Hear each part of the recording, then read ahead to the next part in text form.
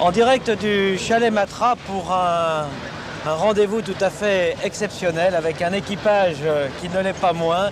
Ils vont partir pour faire 24 000 km, 24 000 km autour de la Terre. Patrick Fourtic, le Salon du Bourget, c'est un endroit extraordinaire.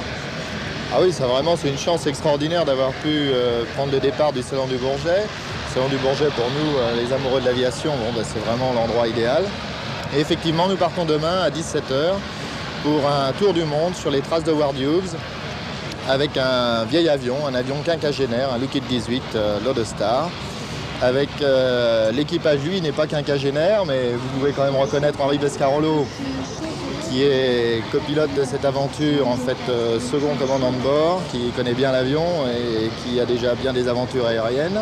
Henri Pescarolo qui arrive du Mans. Qui arrive directement du Mans, oui, c'était... Henri a eu le temps de se reposer, a eu le temps de dormir. Pas vraiment, j'aurai 91 heures pour me reposer dans l'avion. Voilà, de l'optimisme. Ça m'étonnerait. Et puis Hubert Auriol qui lui aussi compte un peu se reposer dans l'avion, il se trompe vraiment. D'autant que c'est le navigateur de l'équipe et que nous allons survoler le pôle. Et bon, le pôle pour le navigateur, pour tous les navigateurs, le pôle c'est, je dirais pas la bête noire, mais c'est aussi un peu le challenge. Et puis Arthur Powell qui est notre flight engineer, qui vient du Canada en passant par la Floride et qui a reconstruit cet avion après 5000 heures de travail.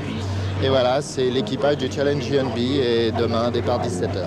Alors Hubert Auriol, l'Africain, il a eu le temps de préparer les navigations, il a eu le temps de préparer la navigation polaire. Il a eu même beaucoup de temps puisque j'ai été quand même immobilisé assez longtemps. Ça a été un peu négatif côté préparation en vol, mais par contre au niveau de la théorie ça va, je crois que je suis briefé, je sais naviguer, j'espère que je sais naviguer au pôle parce que sinon on va le savoir très vite.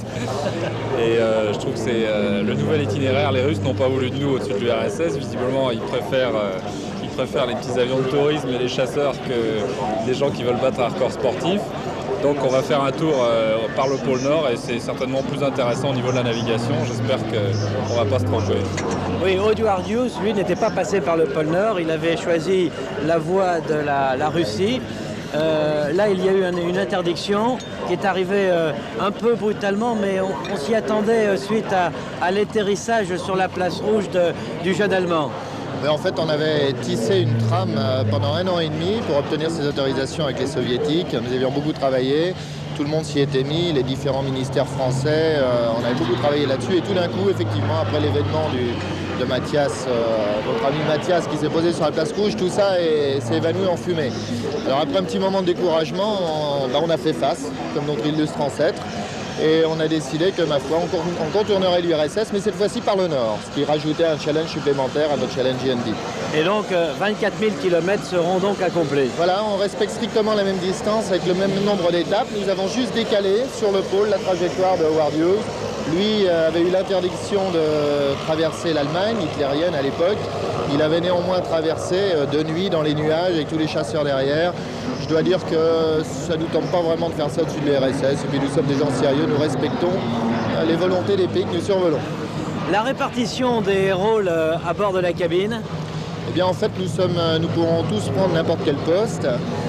C'est-à-dire que nous sommes tous capables de piloter l'avion, tous capables d'en faire la mécanique, de gérer les moteurs et le carburant. Et nous sommes tous capables de faire la navigation. Cependant, on va faire équipe 2 par 2. Henri va faire équipe avec Art. Je vais faire équipe avec Hubert et nous allons faire des quarts de 3 heures avec 1h30 aux commandes et 1h30 au poste navigateur. Et puis on verra ce que ça donne et on verra dans quel état on sera aux premières escales et on verra si notre système est le bon. Mais je pense qu'on a expérimenté ça sur nos vols d'essai, ça a l'air de marcher pas mal. Alors avec ce challenge GNB, vous allez tourner une page d'histoire, car une page d'histoire avec Howard Hughes et une page d'histoire également avec l'avion. Oui, c'est vrai, c'est ce qui nous a tenté. Nous sommes des pilotes d'une génération qui n'a pas connu les grands raids, pas connu les grands exploits d'avant-guerre ou même de pendant la guerre. Bon, chaque pilote, en particulier les pilotes de ligne, maintenant jeunes, sont un peu frustrés de ne pas avoir connu ça. Alors nous, on a la chance, grâce à GNB, grâce à tous nos amis qui nous ont aidés, de pouvoir se relancer dans une aventure et aller un petit peu sentir ce que ces gens-là ont subi, leur joie, leur peine. Alors voilà, c'est ça, c'est notre aventure. Merci. Le départ le mercredi 17 à 17h, le retour dimanche 21 à 9h et on coisse les droits. Salut les rats, salut.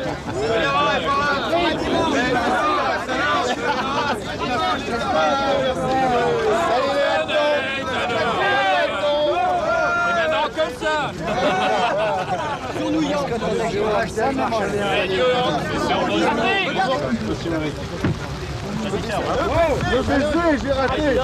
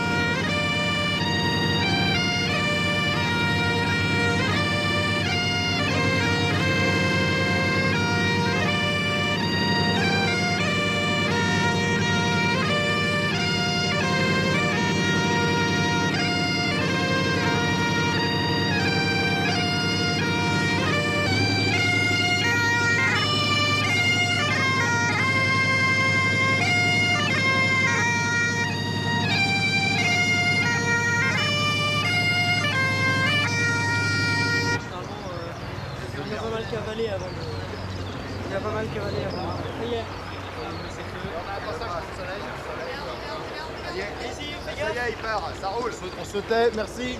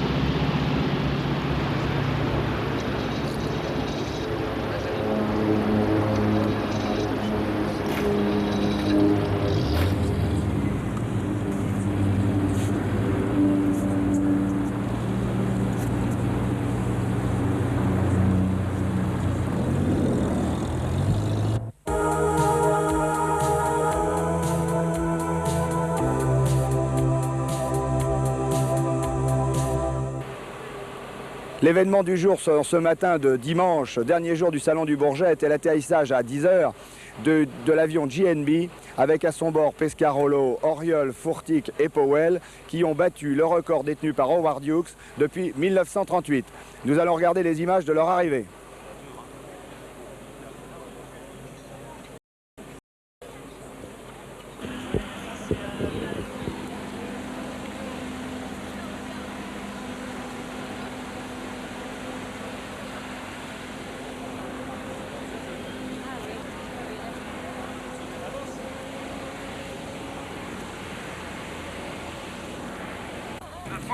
Voilà une image fabuleuse du Salon du Bourget. L'un derrière l'autre, les deux avions qui ont cette semaine battu chacun un record du monde. Tous les deux ont fait le tour du monde. Le Gulfstream 4, derrière le GNB qui vient d'arriver ce matin. Les 4 pilotes sont encore assis sur l'aile. Ça change. Oh, attention, je passe. Je me fous comme ça. Ça va? Attention!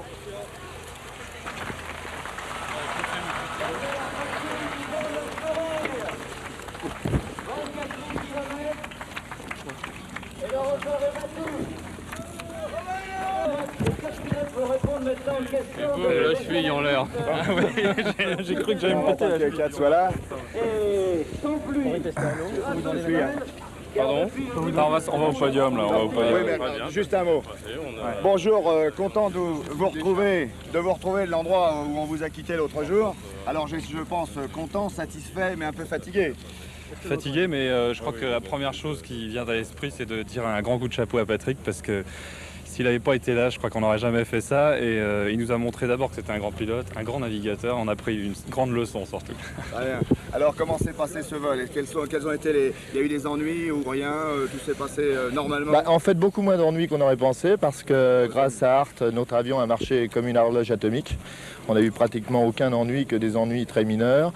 Quelques petits soucis opérationnels, évidemment, on ne fait pas le tour du monde sans qu'il nous arrive des choses dessus, mais en fait, c'était un travail en équipe, un travail en équipage, d'abord dans l'avion, puis un travail d'équipe avec tous nos assistants, et Denis Bossement, qui est ici, qui tenait le PC de Paris, a été la cheville ouvrière aussi de cette organisation, et c'est ce qui a permis de résoudre très rapidement nos problèmes opérationnels. Et vous voyez qu'il le fallait, puisqu'on bat le record de 3 heures, c'était juste, il ne fallait pas se tromper aux escales. Fantastique. Alors qui a piloté le plus longtemps, ou est-ce que vous êtes partagé le travail équitablement? C'est peut-être moi qui ai piloté le moins. Non, c'est... C'est Henri, je crois, une fois qu'il est accroché au manche, il faut une baramine pour le sortir du cockpit. On n'en avait pas. Alors tu as fait combien d'heures de pilotage? Non, bon, on n'a pas fait de compte. De toute façon, on s'est relayé régulièrement parce que c'était quand même des vols très longs et assez durs. Et en fait, bon, comme d'habitude, c'est Patrick qui a tout fait, mais il ne veut pas le dire. Très bien, alors vous repartez quand là? On fait les pleins et puis on attend nos autorisations pour l'URSS.